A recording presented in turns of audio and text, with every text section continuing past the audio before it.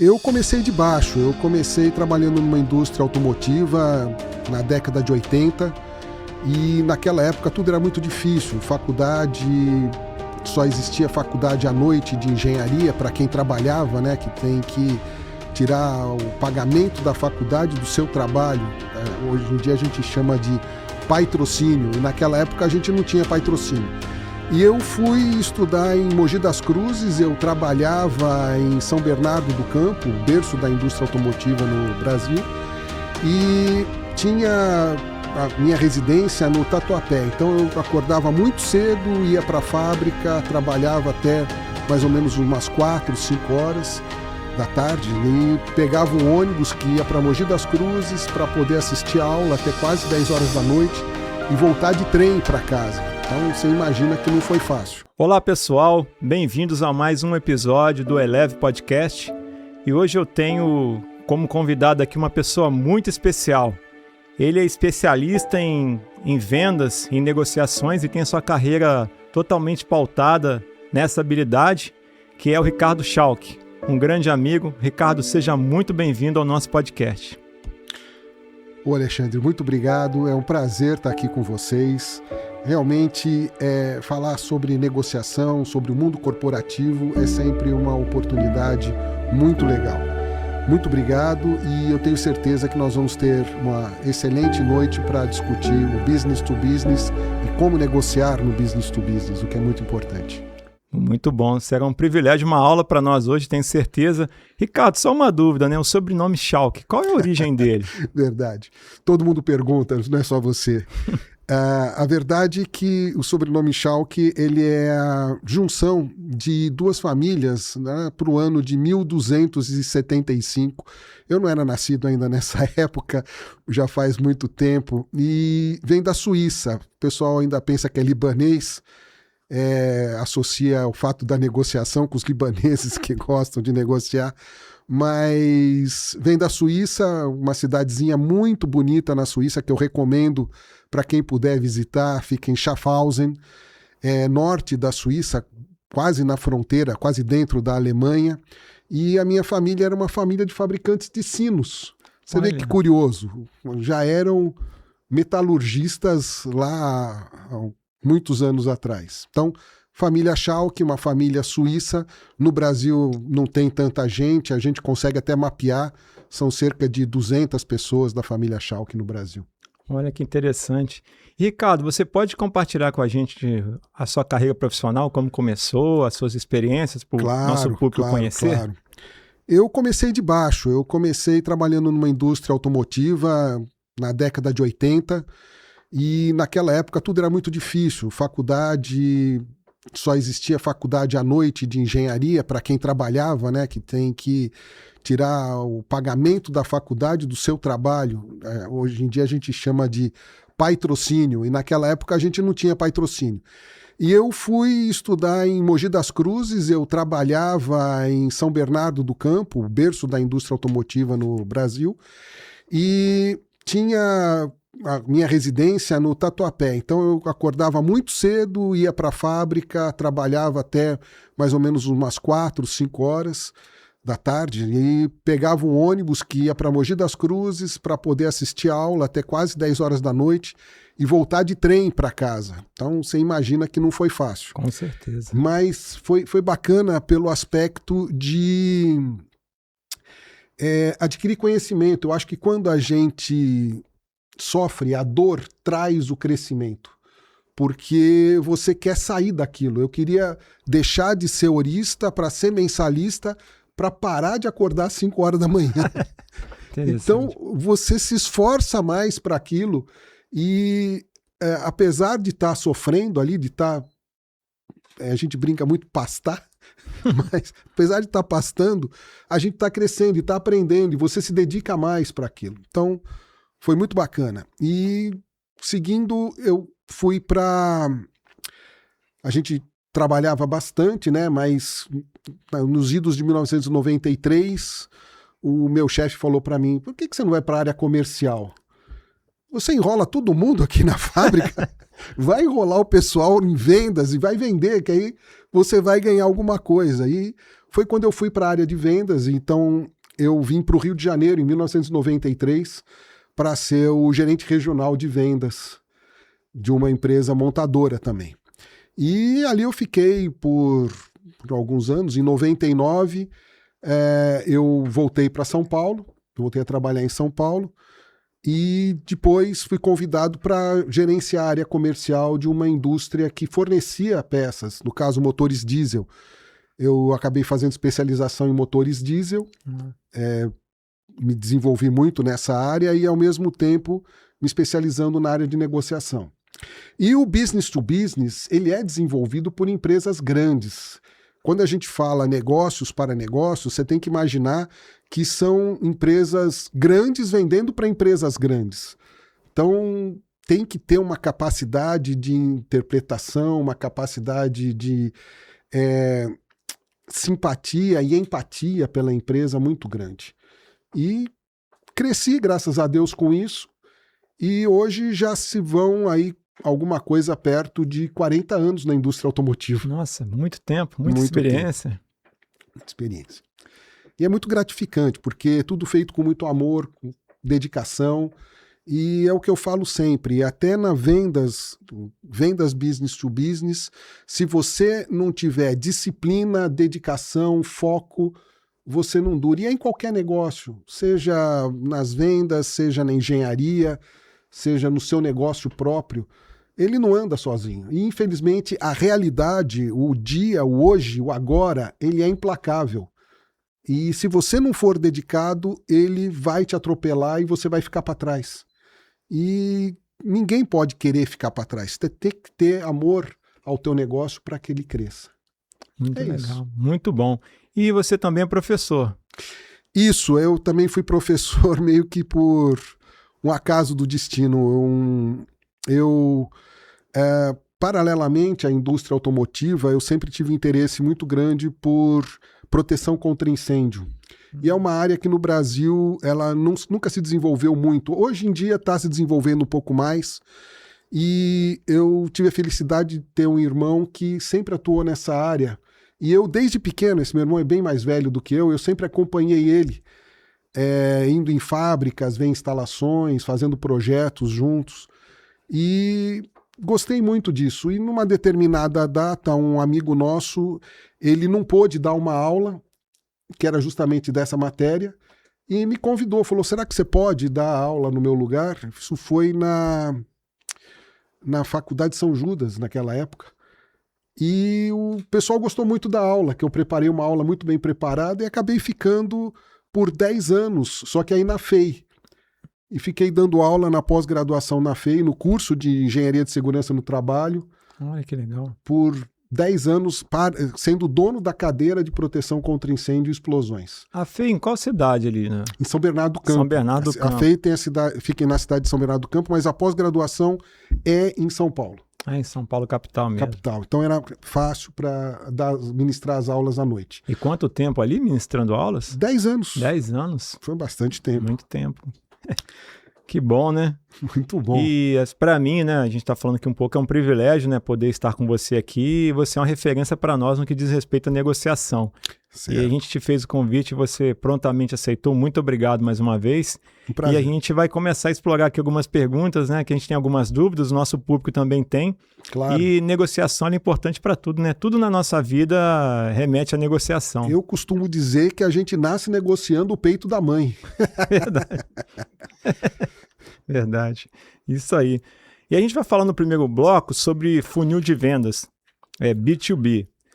Vamos começar pelo básico, né? Que não é tão básico assim, é claro, mas quando a gente fala em funil de vendas no B2B, do que estamos falando exatamente? Você chegou a falar um pouquinho no início, mas puder explorar um pouco mais para o público entender? Vamos entender que venda B2B não é uma venda de commodity, não é uma venda como se fosse vender uma caneta que você vai pôr um valor nela e como caneta é tudo igual, a que for mais barata vai vender. Commodity basicamente é isso. Venda B2B são empresas grandes. Então, por exemplo, uma montadora de veículos, um fornecedor de prensas, um fornecedor de peças, são empresas grandes. A empresa que está comprando é uma empresa grande, por sua vez ela tem que ser muito organizada, ela tem que ser muito estruturada, e a empresa que está vendendo também é uma empresa grande, também tem que ser uma empresa muito bem estruturada. Então a gente já passa a falar de uma coisa diferente do que é a venda propriamente dita. Venda, normalmente o pessoal põe preço, commodity, o outro compra. Hoje em dia a gente tem a internet praticando venda num varejo muito agressivo e nós não vamos falar disso hoje. Hoje a gente vai falar de uma venda técnica, de uma venda que precisa de conhecimento técnico, e quando eu falo conhecimento técnico não é só do produto, saber que a caneta tem uma tampinha, que a caneta é vermelha, não. É saber interagir, é conhecimento de relacionamento, é conhecimento técnico, é conhecimento financeiro. Então, é uma coisa além da venda do commodity. E quando a gente fala de funil de vendas na venda B2B, é justamente as etapas. Então, funil, você pode imaginar um funil que vem afunilando. Então, na primeira etapa, você tem uma gama de clientes enormes que estão, teoricamente, à sua disposição no mercado. Depois você vai ver que de todos aqueles clientes, boa parte deles não se enquadra com o seu produto ou não tem necessidade do seu produto. Então isso já afunila o seu funil de vendas. E a partir daqui você faz uma análise também de quais são os clientes que precisam do seu produto e são suscetíveis a comprar o seu produto. E aí você vai afunilar de novo. Esse é o funil de vendas. Então, o funil de vendas, basicamente, ele se divide em 3 etapas, né? E que a gente pode falar do topo, como eu falei para você, que é a massa maior que você vai analisar como vendedor. Obviamente, nós estamos aqui falando de um vendedor atuando num mercado business to business. Depois você vai ter o meio do funil, que ele já praticamente tem os leads, que a gente chama, que são as pessoas que têm algum interesse no teu produto. Mas nem sempre quem tem interesse no teu produto, você tem interesse por ela. Às vezes você não quer vender para aquele cliente pelas mais diversas razões. E aí no fundo do funil você tem a parte que é justamente o teu cliente aonde você tem que focar. E esse é o funil de vendas, como ele funciona e como você, como um vendedor do mercado business to business, tem que analisar o funil de vendas. Muito interessante. E onde as pessoas mais erram nesse processo? É interessante. O funil de vendas, ele cria uma gama grande, uma massa grande de análise para você trabalhar. E essa gama de análise, muitas vezes, ela te engana. Então você pode gastar tempo com um cliente errado. E, ao mesmo tempo, você pode fazer uma proposta precipitada e acabar queimando uma etapa do processo. Interessante. Então, é muito comum haver o erro de interpretação dos clientes no funil e, nesse erro de interpretação, queimar etapas. Às vezes, um cliente que pode ser muito bom, você entrega uma proposta porque ele te pediu pressa na proposta, sem analisar a empatia desse cliente, sem analisar com empatia esse cliente, você pode perder o negócio na largada, porque normalmente o comprador ele tem pressa também. E ele, por ter pressa, ele acaba te pressionando para entregar uma proposta rápido. E às vezes você entra nesse barco e acaba queimando a sua chance. Porque vendedor técnico é aquele que vende caro e ganha mais dinheiro. Não é aquele que vende barato. Quem vende barato vende commodity. Vendedor técnico, business to business, tem que vender caro. E ele não vende commodity, ele vende valor. Ele vende alguma coisa a mais do que o cliente está esperando. Ele supera a expectativa do cliente. Interessante, até um corte, essa parte muito boa, a sua definição para isso, né? E aí a gente falando um pouco, seguindo para o bloco seguinte, o bloco 2, a gente vai falar um pouco das competências essenciais para um negociador ou um vendedor. E basicamente são 7. Você pode explicar para nós um pouco sobre isso, essas competências essenciais que um bom negociador precisa ter? Eu acho que a gente pode começar falando um pouco sobre a visão sistêmica. Talvez visão sistêmica é uma das capacidades ou habilidades de um vendedor técnico. Lembrando que o vendedor técnico, ele não é um cara que, como já falei, não é simplesmente um vendedor. Ele é um cara que ele vende valor, ele vende uma contribuição que é mais do que um produto para aquela empresa. Ele tem que entender, a partir da visão sistêmica, tudo que a empresa precisa, e a partir do que a empresa precisa, ele fazer a melhor oferta. A gente pode dar um exemplo aqui de uma empresa que tem aluguel de grua, mas não é essas gruas pequenas que a gente está acostumado a ver. Imagine você colocar um gerador de energia no topo de um prédio que tem praticamente 100 metros de altura. Um gerador, ele pesa algumas toneladas, às vezes até 9 toneladas um gerador grande, potente. Né?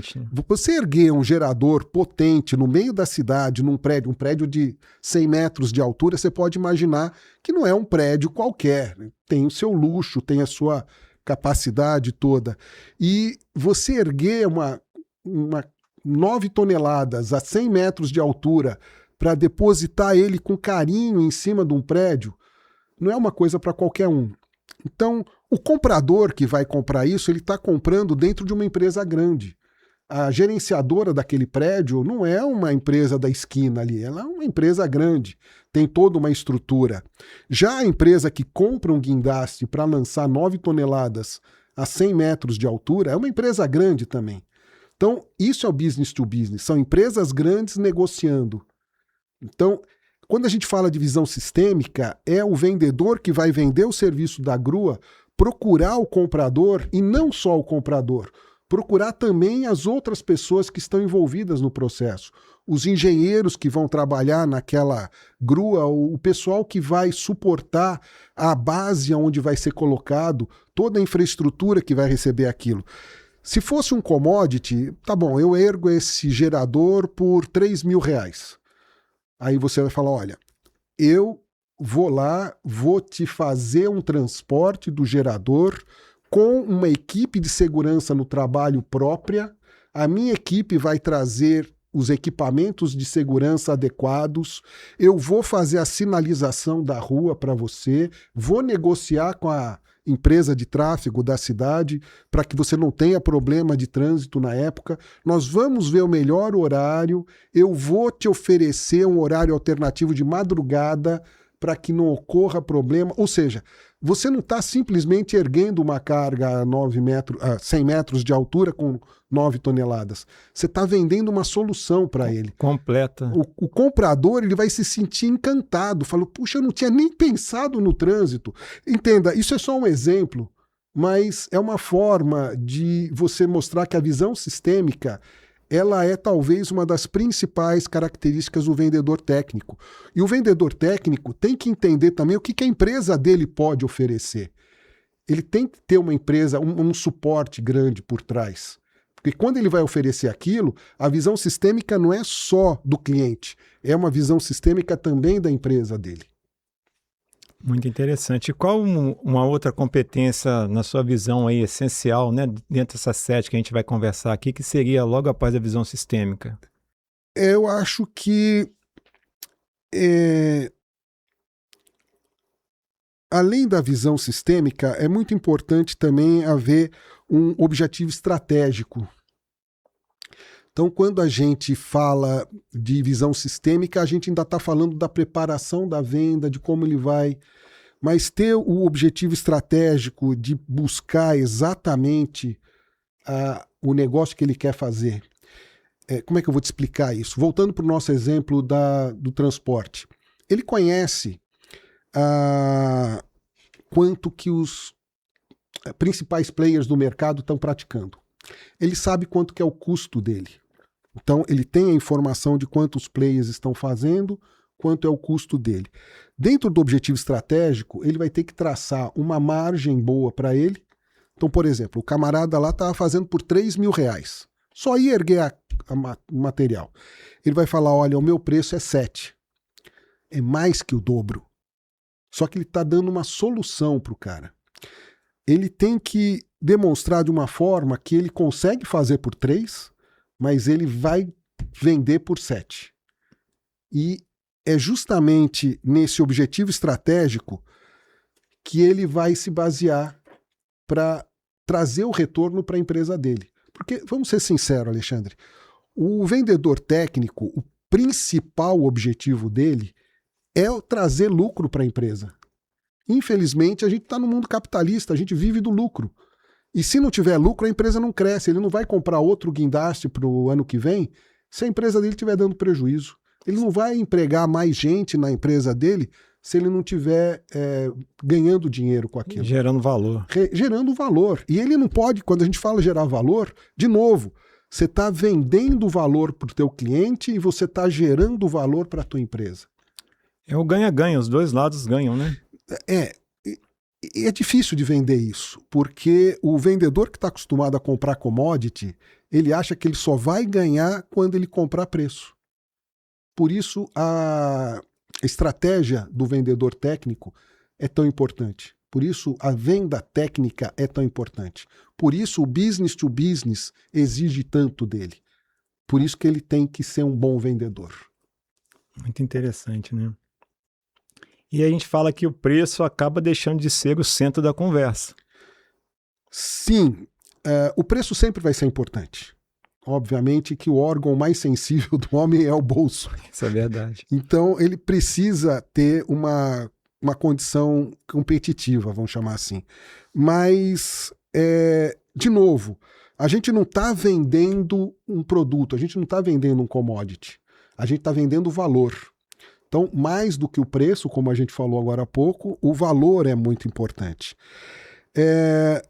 A gente já explicou aqui que a empresa do guindaste, por exemplo, ela tem que ter uma reputação boa. Quando a gente fala de valor, normalmente as empresas que vendem preço, não vendem valor, elas têm uma estrutura enxuta, porque elas não ganham o suficiente para pagar gente boa. As empresas que geram valor pagam gente boa, têm equipes boas e equipes competentes. Elas custam mais caro. E elas têm que saber demonstrar isso. Então, o preço ele é muito importante, porém, o vender o valor é mais importante. E aí a gente volta no nosso funil de vendas. Quando você vai analisar os seus clientes. Um cliente que valoriza uma empresa que tem os seus critérios de ESG bem galgados, bem firmados, bem definidos, é uma empresa correta. Se a tua empresa também é uma empresa correta, vai dar match e você vai conseguir fazer negócio com ele. Então, o business to business, a negociação business to business, tem que tender para empresas que têm os mesmos princípios, que acreditam nas mesmas coisas. E aí, quando você, no seu funil de vendas, chega numa empresa que tem o mesmo valor que os seus, você nota que ali você vai conseguir fazer um bom negócio. E quando a gente fala o ganha-ganha, não é sempre ganha pagando o menor preço. É ganha tendo suporte, voltando no nosso amigo do transporte lá. Ele ganhou na liberação da rua, que ele não tinha pensado naquilo. Ele ganhou nos equipamentos de segurança, que eventualmente ele ia ter que alugar por fora. Ele ganhou em outras coisas. Ele vai atender normas, legislações. Isso, vai emitir a RT, por exemplo, que vai assumir responsabilidade técnica. Tudo isso, às vezes, tem um custo que não é nem tão alto. Talvez não vá ser um pouco mais do que o dobro do que a gente está falando. Não vai de 3 para 7. Só que o fato de pagar 7 tira um peso das costas dele. E importante, quando a gente fala que o cara vai pagar 7, muito possivelmente ele já pesquisou dentro da empresa que está contratando o serviço, ele sabe que ele precisa estar com aquele gerador funcionando, a área comercial da empresa precisa estar com o gerador funcionando em uma semana. Se o trabalho não for bem feito e tiver qualquer problema, ele perde o contrato, e esse contrato pode valer alguns milhões. Então ele economizou R$4.000, mas perdeu milhões. Entende?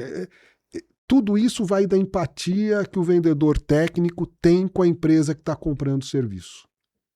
Interessante, eu comentei aqui nos bastidores com você da questão da inteligência emocional, né? A empatia faz parte disso e na negociação ela é fundamental. Sem dúvida, saber manter o pé no chão, saber ter calma quando o vendedor chega para você e fala, pô, mas seu preço tá 7, o do outro tá 3, você tá mais do que o dobro. Eu falei, mas o meu funciona, né? Então, quando o cara para e fala, poxa, é verdade, o dele funciona, o do outro de 3, sei lá o que vai acontecer. E você tem que vender confiança. Quando o cara fala, quando o cara chega para você e fala, mas o dele é 3, pode até ser que ele não fale em valores, mas quando ele te pressionar, você tem que estar firme e falar para ele, velho, eu tenho o melhor produto, eu tenho o que você precisa. Eu já conversei com a tua área de engenharia não está preparada para isso, para isso, para isso. Você vai comprar por 3, você vai voltar. E muito possivelmente você vai pagar 11. E o meu preço é 7. O suporte, né? Isso, tudo isso daí. Você está comprando, conforme você falou no início, você não está comprando só um produto, você está comprando a solução completa. Exato. Você está vendendo valor, você não está vendendo a caneta, o commodity. Exatamente, muito interessante, né? E aí é o trabalho em equipe em vendas, isso vai contra o estereótipo do vendedor lobo solitário, né? Então você precisa dessa equipe toda para dar esse suporte para o cliente ficar feliz no final do negócio. Exato. Como eu te falei, a venda business to business não é uma venda de uma caneta que você põe preço e vende. Ela é venda de um serviço completo. Então você precisa ter uma equipe de engenharia te suportando. Você precisa ter uma equipe de logística te suportando. Você precisa ter um departamento de RH que preste treinamentos adequados para aquela equipe. A tua equipe tem que estar bem remunerada, ela tem que estar tranquila, ela tem que estar trabalhando com você porque ela gosta de trabalhar. Aliás, esse é um ponto importantíssimo. Se a tua equipe não está satisfeita, ela vai te deixar na mão. Já pensou o cara que ficou de fazer o fechamento da rua lá, porque ele está com o salário atrasado, ele vai falar, eu não vou fazer isso hoje, e aí não vai fechar a rua e vai... Então você tem que ter uma equipe comprometida com você. Business to business não é venda de lobo solitário, não é venda de commodity, é venda de um pacote. Muito bom. E a comunicação?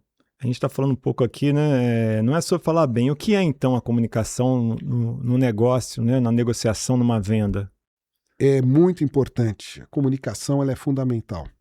Desde a comunicação para você ter empatia com o seu cliente, que é aquela comunicação informal, e até a comunicação para você falar com o CEO da empresa, que é uma comunicação mais formal, passando pelos contratos. Você imagina, duas empresas business to business, elas têm departamentos jurídicos pesados. E esses departamentos, eles têm que preservar a empresa. Existe um departamento comercial trabalhando, um departamento comercial que eu quero dizer, analisando o business case, vendo por quanto que você vendeu. Poxa, será que esse 7 é o suficiente?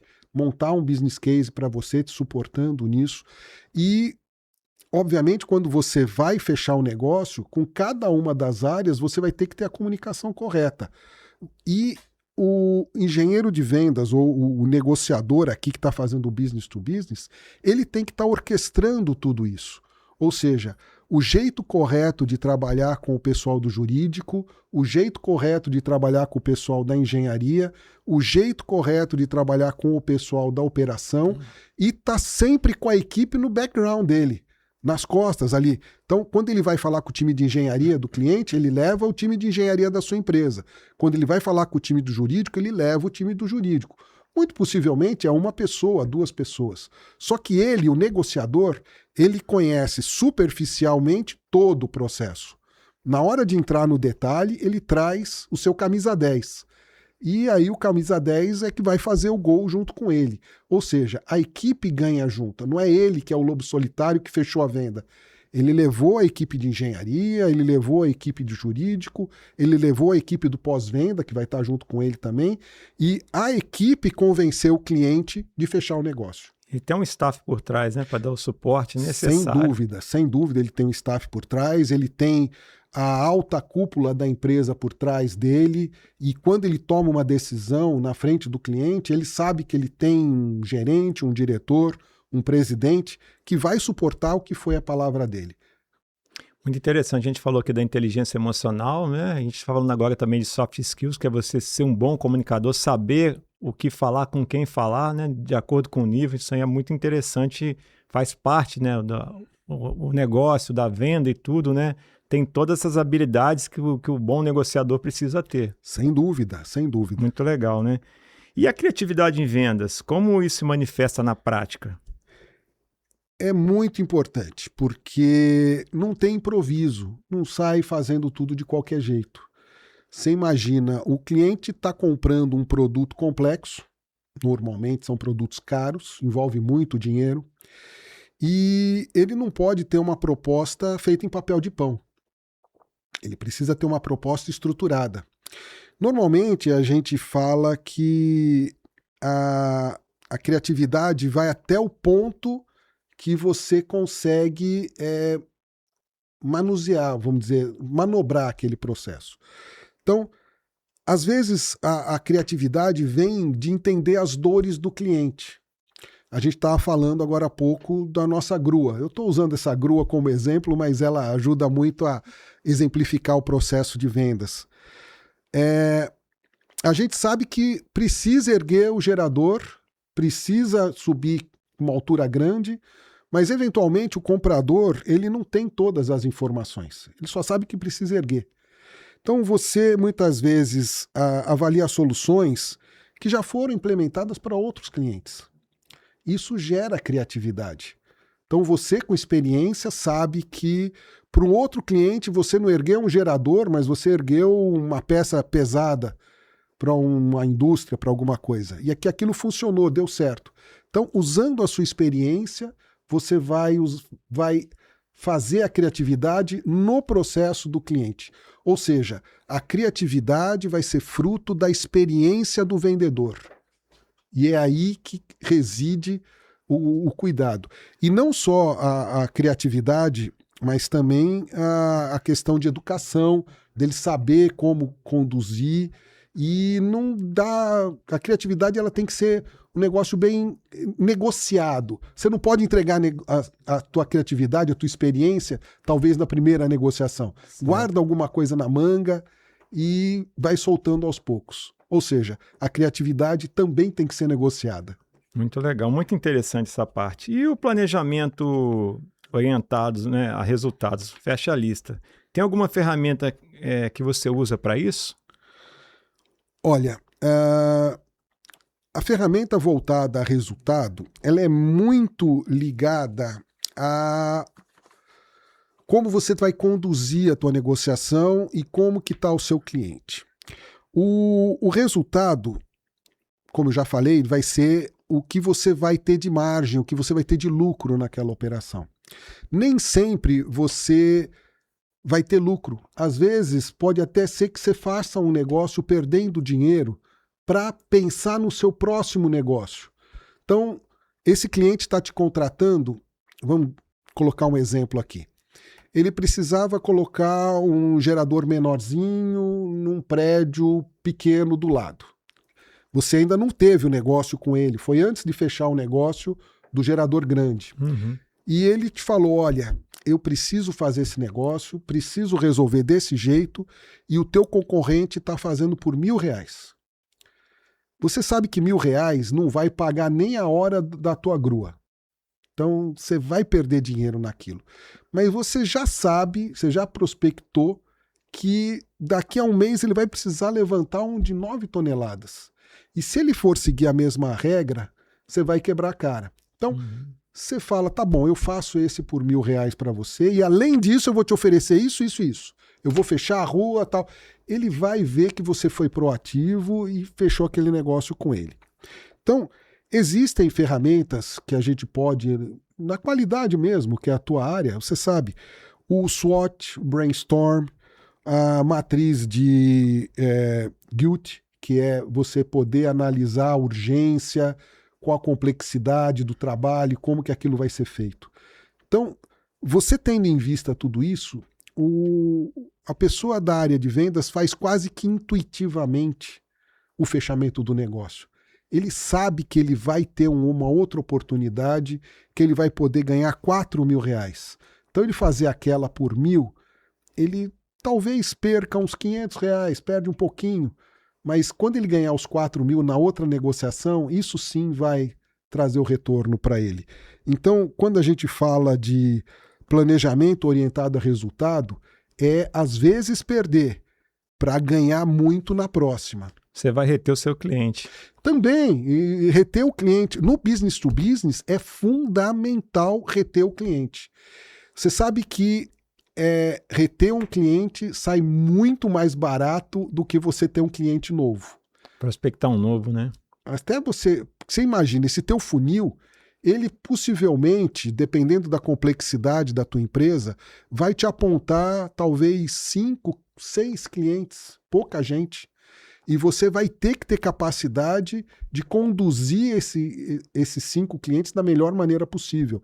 Às vezes perdendo, às vezes ganhando. Lembrando que a área comercial do teu cliente quer sempre que você perca, porque ele quer comprar o mais barato. Você tem que ter as outras áreas que não estão preocupadas com o preço do teu lado. Então, por exemplo, o time de operações que ia reclamar de ter que fechar a rua, fala, não, fecha com esse cara aqui, porque ele vai fechar a rua pra gente. O cara do jurídico vai falar, fecha com esse cara, porque o contrato dele passa no nosso contrato, aqui a gente consegue aprovar, ele tem regras de ESG que são boas. O cara do financeiro, ele vai acabar sendo vencido. E aí o cara que é o comprador vai falar, velho, o cara da operação tá com ele, o cara tá com ele, o outro tá deixando fazer, faz por 7. Entendeu? A estratégia aí que foi feita para fechar o negócio. E acho que deu para entender também as ferramentas, né? Sim. E é muito importante, às vezes também, ter a visão da matriz BSG, que é aquela matriz onde você tem a vaca leiteira, você tem o seu abacaxi, que é aquele negócio que não te dá muito lucro, e saber mexer com aquilo lá. Às vezes um cliente que não tem normas de ESG rígida, que leva as coisas meio de qualquer jeito, mas compra com você, paga mais ou menos, vai levando, aquele cara é um abacaxi.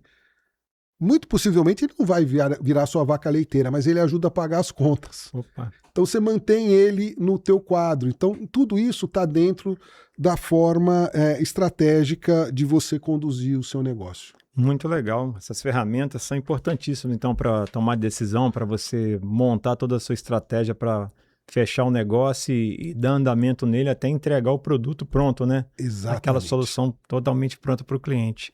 Muito bom. A gente vai falar um pouquinho agora no terceiro bloco, os 4 pilares da carreira do vendedor. Perfeito. Você estrutura a carreira do vendedor profissional em 4 pilares. Me explica essa arquitetura que eu achei muito interessante. Legal. O vendedor técnico, ele é um cara diferenciado no mercado. Ele entende do business profundamente. E vamos entender o seguinte, nem sempre o CEO da empresa, ou seja, o presidente da empresa, vai entender tanto quanto ele, porque ele está olhando a empresa de uma altura muito grande, ele está vendo todas as áreas de uma maneira harmônica para que aquilo ande da maneira correta. Já o vendedor técnico, ele tem que ter toda uma técnica, todo um processo de conhecimento que vai entrar dentro das empresas. Ele tem que ter indicadores de resultado muito bem definidos, ele tem que ter o processo de venda muito bem organizado, tem que ter competência em vendas e principalmente fatores motivacionais. Eu acho que valeria a pena a gente falar um pouco dos indicadores. Sim, a gente começando por eles, como um vendedor deve usar esses números no seu dia a dia? Exato. Eu diria que o primeiro número que vai balizar um vendedor técnico é como a carteira dele está trazendo retorno para a empresa. Como a gente já falou, é preciso gerar lucro, é preciso fazer resultado. Uma empresa só cresce se ela gera resultado e principalmente se ela paga dividendos aos seus acionistas, os stakeholders. E você não consegue pagar dividendo para acionista se a tua empresa está dando prejuízo. Então, talvez o principal indicador seja o retorno que a carteira traz. Um outro indicador importante é quantos clientes você está conseguindo trazer para a sua carteira. Esse cara que vende serviço de grua, por exemplo, ele deve ter na cidade dele talvez mais uns 10 ou 15 concorrentes. E ele tem que ter a habilidade de conhecer quem são os clientes dos concorrentes para tentar atrair esses clientes dos concorrentes para ele. Então, a gente chama isso de captação de leads. Então, tem um determinado lead que ele vai lá, sabe que tem interesse e ele traz aquele lead. Capacidade de trazer novos clientes. Outro indicador importante também é a taxa de conversão, que é mais ou menos o que a gente falou agora aqui. Quanto do teu funil você consegue converter em clientes? Eu dei o exemplo até para você do caso dos clientes, dos concorrentes que você tem que tentar trazer para você. Que não se mede, não se gerencia, essa máxima aí. Exato. E a área de vendas é uma área que historicamente ela não tem muita métrica. Ela vai meio que pela empatia do dono da empresa pelo vendedor. E a gente tem que desmistificar isso. O vendedor ele tem que estar olhando os seus resultados, porque são os seus resultados que vão fazer ele ficar na empresa. E, de novo, a gente já tinha até exemplificado. Se ele não tem disciplina, persistência, empatia e conhecimento, ele não vai conseguir ter sucesso na carreira dele. Então, é muito importante, dentro dos indicadores e dentro das habilidades, que ele tenha a capacidade de disciplina primeiro. Aliás, em qualquer profissão, se a pessoa não for disciplinada, ela não vai para frente. Persistência, porque aquele cliente da grua, ele não comprou com você porque achou teu preço muito caro. Na primeira vez ele não comprou. Aí ele teve um problema de atraso na entrega. Na segunda vez ele vai te procurar e ele vai considerar o teu preço. Então você tem que ter persistência. Não desistir quando você perder a venda. Empatia. Conhecer o cliente. Entender quando você perde uma venda que, poxa, aquela venda você perdeu, mas você aprendeu. Então tem que ter empatia com o cliente para entender. Não adianta ficar nervoso, sair brigando e você vai perder 2 vezes. E conhecimento. Conhecimento é muito importante. O vendedor técnico ele está aprendendo todo dia e está crescendo sempre. Ele está sempre buscando conhecimento, seja da área do cliente, seja do produto que ele está vendendo, seja de uma língua diferente, porque veio um chinês. Outro dia eu tive um amigo que estava aprendendo mandarim. E fiquei surpreso como ele apanhou para aprender mandarim. Não está no meu plano ainda, mas quem sabe. Então, conhecimento, tem que estar sempre estudando, tem que estar sempre crescendo. É a tríade, né? Conhecimento, habilidade, as atitudes, né? Persistência. Exato. Exatamente a tríade que vai conduzir a carreira, não só do vendedor técnico, mas de um profissional da indústria de maneira geral. É muito interessante aqui. A gente vê que um profissional de sucesso em qualquer área, ele precisa ser dirigente, ele precisa buscar conhecimento, habilidade, ser persistente, né? Fazer tudo da forma mais correta, ser transparente. Isso agrega muito, né, para o sucesso profissional em qualquer área. Em negociação e vendas não é diferente. Não é diferente, porque como a gente falou, ele não é um lobo solitário. Ele está trabalhando com uma equipe. Ele tem que ter empatia, e quando a gente fala empatia, não é só sobre a empatia do cliente, é empatia com o seu time, com o time que está suportando ele.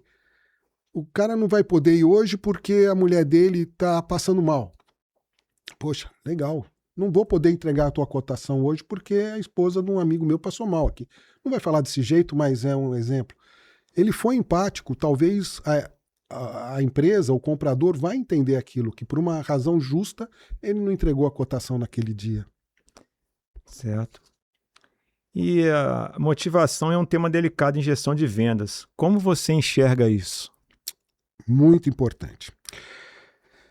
A motivação, ela pode se dar por motivos que a gente chama fatores higiênicos, que é o ambiente de trabalho, como que você é tratado, e pode ser também pelo reconhecimento salarial. Normalmente, as pessoas com menos tempo de empresa, os mais jovens, eles estão buscando salário a qualquer preço. Eu costumo brincar com isso. E nem sempre salário a qualquer preço é o melhor salário. Porque você pode estar até ganhando bem, mas está numa empresa que ela te sufoca, o nível de exigência é muito acima do que você tem condição de entregar. As pessoas que trabalham com você estão insatisfeitas com aquilo também, consequentemente são tóxicas. Então, você tem que ter um equilíbrio entre os fatores que a gente chama de higiênicos e o que seria a remuneração, né?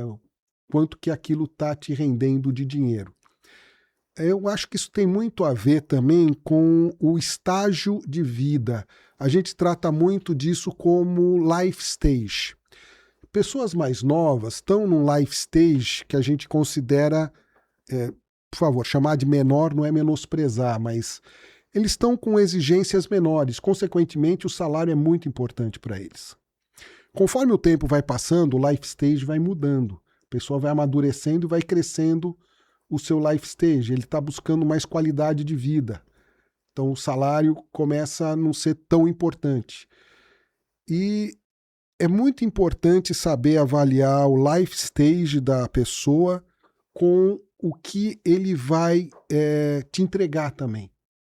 Também não adianta você querer pagar um salário alto para um cara novo que vai te trocar daqui a uma semana. Então, ele mesmo não está satisfeito com aquilo. O life stage dele é um life stage de risco, de giro.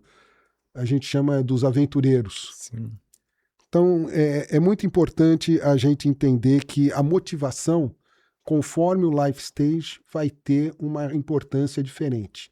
E você, como um vendedor técnico, como responsável pela venda técnica, tem que estar alinhado com o teu departamento pessoal, de novo a importância do trabalho em equipe, para que a equipe conduza, o pessoal do RH, ou que faz o gerenciamento das pessoas ali, conduza aquela pessoa de maneira satisfatória, com treinamentos adequados, com eventos adequados, de repente um dia de folga no dia do aniversário, sabe, coisas que às vezes são pequenas, uma lembrancinha de obrigado por você estar com a gente, que motivem a pessoa a ficar ali e trabalhar naquela área.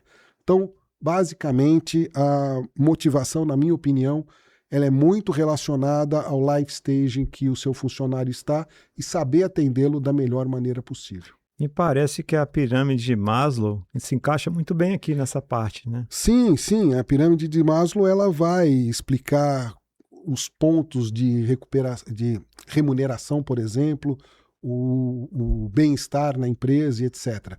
Mas, de novo, a pirâmide de Maslow, quando analisada friamente, ela te dá uma visão vamos dizer, congelada. E essa visão não ela é dinâmica, Entendi. Porque ela vai depender do life stage que a pessoa estiver.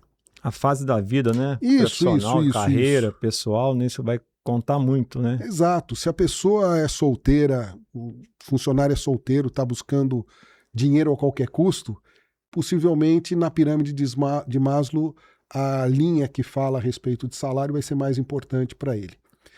Quando o tempo vai passando, a gente nota que, por exemplo, o reconhecimento profissional, um parabéns pelo trabalho bem feito, vai ser talvez mais importante do que o salário. Entendi, o reconhecimento junto à equipe, né, daquele profissional, o desempenho que ele está tendo. Talvez até um parabéns na frente da equipe, né? Olha aqui, hoje nós tivemos aqui o Alexandre, que fez um excelente trabalho, tal. Ele vai se sentir bem com aquilo. Para ele, aquilo vai ter sido importante. Levar, uma coisa que eu já vi acontecer e que dá um resultado muito bom, é levar um presente para a esposa. Pode parecer absurdo, mas olha aqui, ó, nós gostamos tanto do teu trabalho que nós estamos te dando isso daqui para você levar para sua esposa, porque entendemos que ela foi fundamental para você estar entregando esse tipo de trabalho. São coisas subjetivas, mas que têm um resultado muito bom. Muito interessante, hein? Muito legal mesmo. E falando no próximo bloco, o processo de vendas na prática. Vamos até o chão de fábrica. Como esse processo funciona etapa por etapa? Você pode destacar esse ponto para a gente? Eu acho que a gente já até meio que exemplificou alguma coisa. Sim. A prospecção de um processo business to business, ela passa pelo funil de vendas. Ela passa por a gente analisar quem são os clientes. Muitas vezes, a prospecção ela é justamente de entender quem são os clientes do seu concorrente. De você entender o quanto os seus concorrentes investiram e como você pode investir naqueles clientes. De novo, a gente está falando aqui do nosso amigo que tem as gruas lá para erguer material em altura. Às vezes você tem um equipamento que é diferenciado do dele e você pode oferecer de uma maneira diferenciada. É importante entender que no business to business, como a gente já falou, os custos são altos, tanto os custos quanto as empresas são complexas.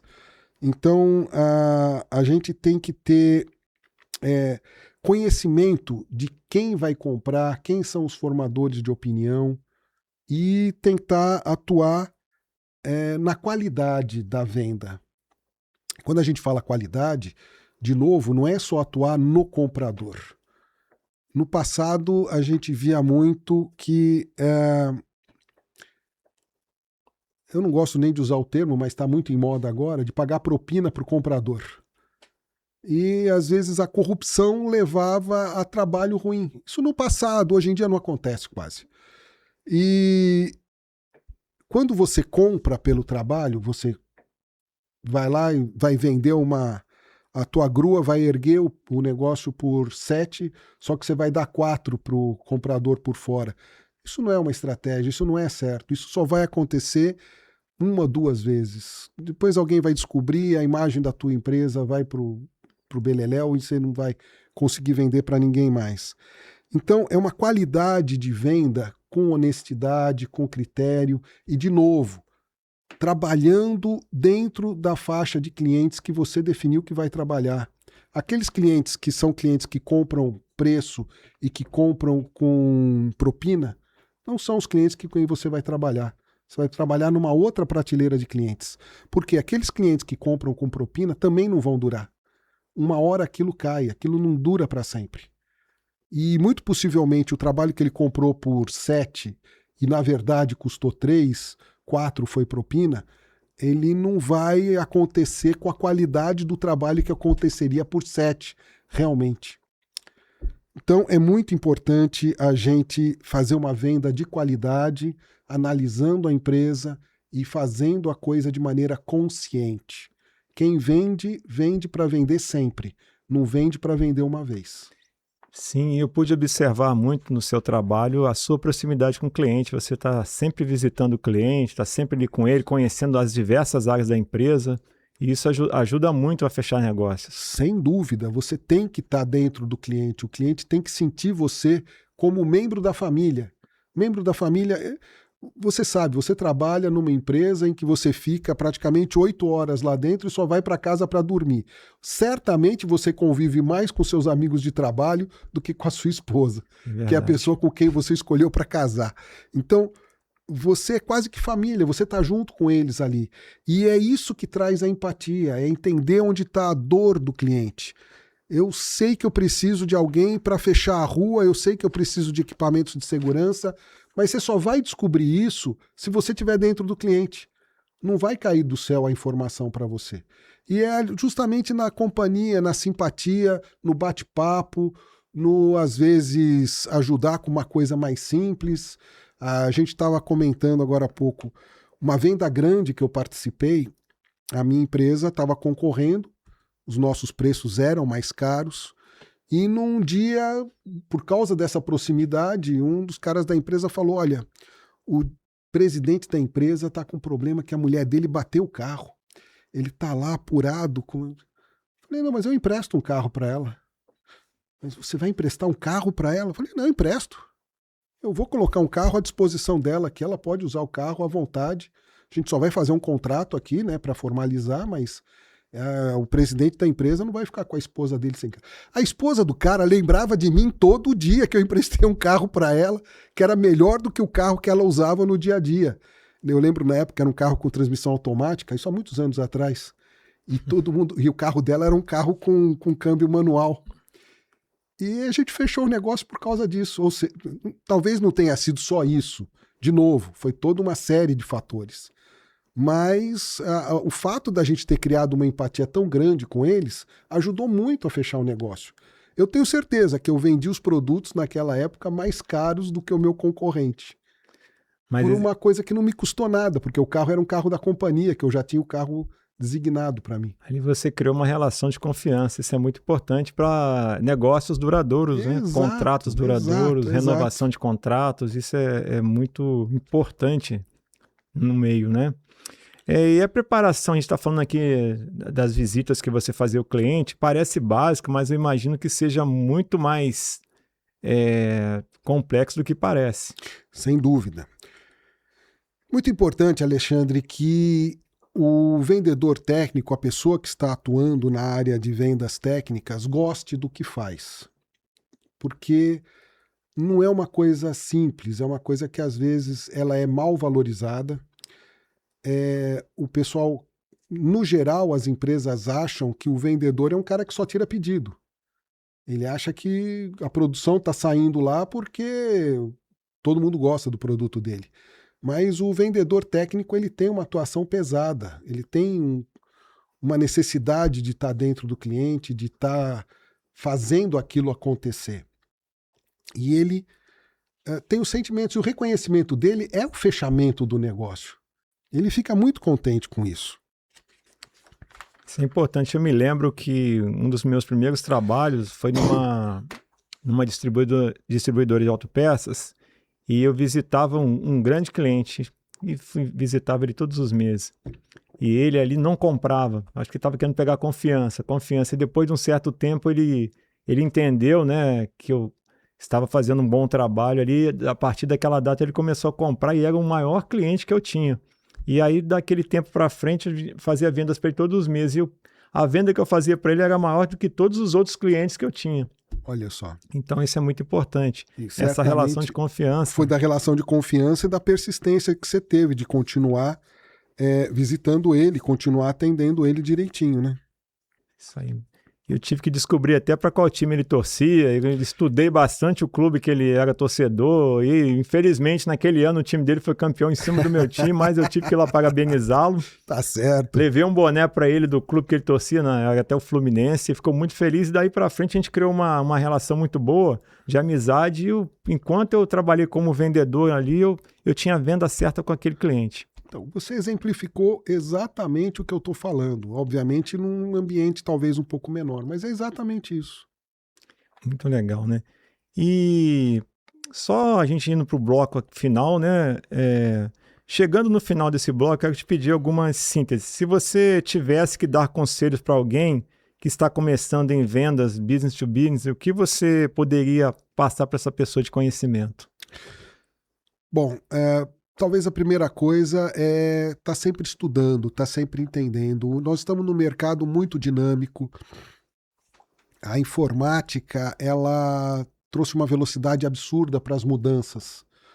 A gente estava até brincando aqui um pouco antes de começar o podcast que um computador que era um computador bom há 5 anos atrás, hoje já está totalmente superado. A gente tem que estar aprendendo, agora está muito na moda a inteligência artificial. E as pessoas estão até assustadas se a inteligência artificial vai tirar emprego de gente. Eu falei claramente, eu acho que não. Agora, quem não tiver conhecimento de inteligência artificial vai ter problema. Ou seja, conhecimento, aprender, tá estudando sempre, tá sempre evoluindo e se atualizando. Resiliente? Sem dúvida nenhuma, o persistente, resiliente, é aquilo que eu coloquei para você. De novo, os pilares que a gente estava falando: disciplina, persistência, empatia, conhecimento. Está sempre ali aprendendo aquilo. Uma coisa importante também, a gente, durante o processo de venda, durante o processo de negociação, vão surgindo problemas, vão surgindo barreiras. É natural, isso qualquer profissão vão surgindo barreiras. E eu sou um defensor ferrenho do PDCA. Opa! E o PDCA, ele é muito útil, ele é uma ferramenta extremamente simples, mas que traz um resultado muito positivo. Então, se tivesse que dar mais um conselho, seria que tratasse os problemas a partir de uma análise bem definida dele, de um plano bem planejado, obviamente usando todo o conhecimento que tem a respeito daquele problema, de novo, fazendo até uma análise de SWOT dele, depois executar, implementar tudo aquilo que foi planejado e verificar que foi o resultado que você teve. E, eventualmente, depois de tudo isso, agir de maneira efetiva, resolvendo aquele problema. Ou seja, o PDCA não vai ser feito para todo o projeto, mas pontualmente em cada um dos problemas que forem surgindo. Isso, sem dúvida, para o vendedor business to business é muito importante. Importante, PDCA é uma ferramenta fantástica. Sem e dúvida. de fácil aplicação, não é tão complexa, né? A Não. pessoa aprende com facilidade. E, de novo, ele pega na disciplina. Tem que ter, ele é uma ferramenta simples, mas tem que ter disciplina para aplicar.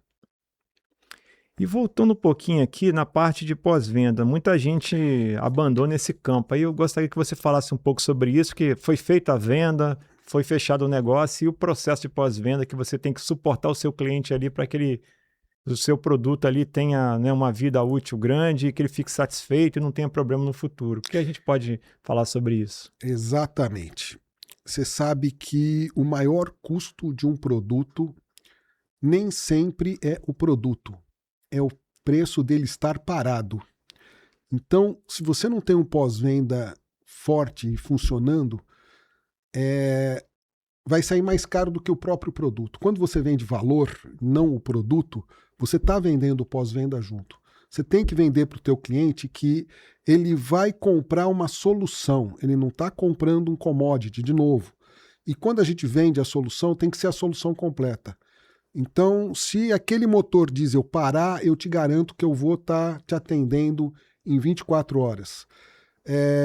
Quando eu colocar com a minha grua lá em cima o teu gerador, eu te garanto que em 20 minutos eu vou desmobilizar tudo e vou liberar o trânsito. Então, a venda não é só entregar o produto para o cliente. A venda é dar suporte para o cliente e continuar visitando ele. Saber que ele está lá, e aí, aquele transporte que eu fiz foi legal, deu tudo certo, precisa de mais alguma coisa. O pós-venda não é só suportar, é estar visitando e perguntando se está tudo ok, pegando o feedback do cliente. O que você achou da minha entrega do teu gerador lá a 100 metros de altura, pesando 9 toneladas? Poxa, foi legal, você gostou? Pega a opinião de outras pessoas e fala para ele, olha, o teu pessoal de engenharia elogiou o trabalho que nós fizemos. Porque o comprador, ele nem sempre está ciente do que aconteceu. E você vai lá e dá o feedback para ele. E, de novo, vamos agora falando um pouquinho daquele gerador que pesou 9 toneladas e subiu lá em cima. Imagina que você vendeu aquele gerador. E se aquele gerador não funcionar? Você imaginou quanto você pagou pelo gerador? Quanto você pagou para colocar ele lá em cima? A infraestrutura toda que foi criada? Aquele gerador custou muito mais do que o valor intrínseco do gerador. Ele custou todo um processo para instalar. Você tem que garantir que aquele gerador vai funcionar. E aí, num dia que falta a luz, o teu CPD para, você imagina o prejuízo que você vai ter. Porque o teu CPD parou, porque o teu gerador, que você pagou uma fortuna, não funcionou. Então, tem que ter uma manutenção preventiva, tem que dar junto para o cliente uma garantia de que aquilo vai continuar funcionando. E até para a sua própria engenharia também, conhecendo os problemas, ela vai atuando e melhorando ainda mais o produto. Sem dúvida, sem dúvida, sem dúvida. E quando a gente fala engenharia melhorando, você está melhorando o seu processo de venda também. Porque é no feedback do cliente. Você sabe que é o cliente que reclama que você tem mais aprendizado. Que aquele que não reclama, você não aprendeu nada. Você não tem feedback nenhum. Você não tem feedback nenhum. É muito interessante, realmente faz todo sentido. Não, sem dúvida. O acompanhamento do pós-venda é chave. Perfeito. Tem algo que você gostaria de falar que eu não te perguntei aqui, de importante? Você acredita que a nossa audiência vai ter como um feedback construtivo aí e poder negociar melhor, fazer melhores vendas? Eu acho que aqui cabe, talvez, eu não vou ser pretensioso de querer dar um conselho, mas é o que eu vivia nesses meus 40 anos de empresa. Hoje, o agora, ele é muito importante. Não pense que você vai ganhar na loteria, não pense que o teu chefe vai ser complacente com você, não pense que a tua concorrência vai afrouxar, tudo vai dar errado. Parta do princípio que você tem que ser o mais bem preparado, você tem que ser o que mais conhece o seu cliente, você tem que ser o mais disciplinado possível. E mesmo assim não vai ser o suficiente. E eu lembro até que o Ayrton Senna falava que se você fizer com amor e tiver disciplina e tiver dedicação, você vai se dar bem. O que infelizmente a gente percebe é que hoje em dia as pessoas querem que a coisa caia do céu. E infelizmente a realidade é que não vai cair do céu. Você vai ter que se esforçar para fazer a sua coisa acontecer. E entenda, quando a gente fala que vai ter que se esforçar, é começar de baixo, é ir aprendendo, é entender o seu life stage, entender que você é pequeno e que você vai crescer. Vai crescer até ser alguém de sucesso. E você vai ser alguém de sucesso. Seja na carreira de vendedor técnico, seja numa carreira de médico, seja numa carreira de engenheiro, ou que seja. A disciplina, a persistência, a empatia e o conhecimento é fundamental. Nossa, muito bom. Ricardo Schalck, muito obrigado. Uma entrevista excelente, aprendi muito com você. Tenho certeza que a nossa audiência também aprendeu muito aqui, né, contigo, e queria agradecer. Um privilégio para mim te receber aqui. Um prazer estar aqui contigo. Obrigado por essa oportunidade. Como eu falei, é o primeiro podcast que eu participo e achei que foi muito legal também. Bastante informal, a gente levou de uma maneira muito leve. Obrigado. Obrigado e vamos chamar para uma próxima oportunidade você falar um pouco mais, tá? Sem dúvida. Tem muito conhecimento para trazer para a gente. Muito obrigado, tá? Bom, a você que nos assiste aqui, muito obrigado. Se inscreva no nosso canal, coloque também as perguntas aí que a gente vai estar respondendo. E é um privilégio para nós aqui ter falado sobre negociação, que é algo muito importante, muito pertinente nos nossos dias. Muito obrigado aí a todos.